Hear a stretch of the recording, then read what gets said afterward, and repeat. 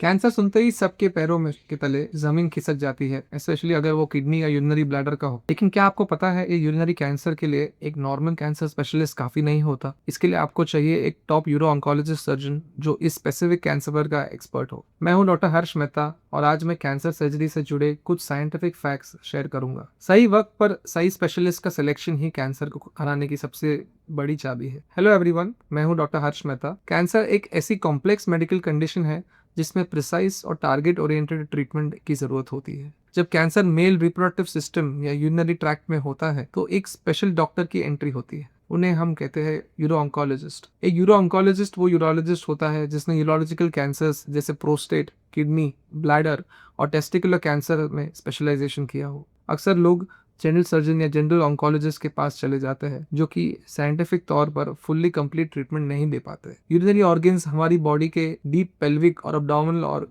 Area में होते जहाँ कॉम्प्लेक्स ब्लड वेसल्स होती है। इन ऑर्गन्स के कैंसर सेल्स को कंप्लीट मार्जिन के साथ निकालना एक स्पेशलाइज्ड टास्क है। फॉर एग्जांपल, प्रोस्टेट कैंसर में हमें पूरा प्रोस्टेट ग्लैंड सर्जिकली निकालना पड़ता है जिसे रेडिकल प्रोस्टेटेक्टमी कहते हैं। इस सर्जरी में अगर कैंसर सेल्स थोड़े भी छूट गए तो कैंसर की रिलैप्स के चांसेस बहुत हाई हो जाता है। एक top euro oncologist modern tools जैसे रोबोटिक सर्जरी और एडवांस लैप्रोस्कोपी में ट्रेन होता है। किडनी कैंसर के केस में अगर ट्यूमर छोटा है तो हम पूरी किडनी नहीं निकालते बल्कि सिर्फ ट्यूमर टिश्यू निकालते हैं। इसको पार्शियल नेफ्रेक्टमी कहते हैं, जिससे पेशेंट की बाकी बची किडनी सेफली काम करती रहती है। यूरिनरी ब्लैडर कैंसर में अगर ब्लैडर निकालना पड़े तो एक नया यूरिनरी पैसेज नियो ब्लैडर बनाना पड़ता है जो कॉम्प्लेक्स रिकंस्ट्रक्शन है। ये सभी प्रोसीजर्स एक एक्सपर्ट यूरो ऑन्कोलॉजिस्ट ही परफेक्टली परफॉर्म कर पाते हैं। कैंसर सर्जरी का मेन गोल होता है कंप्लीट ऑन्कोलॉजिकल क्लियरेंस, यानी zero cancer tissue trace left. इसके साथ ही पेशेंट के यूरिनरी कंट्रोल और सेक्सुअल फंक्शन को प्रिजर्व करना भी उतना ही जरूरी है। सही सर्जन चुनने से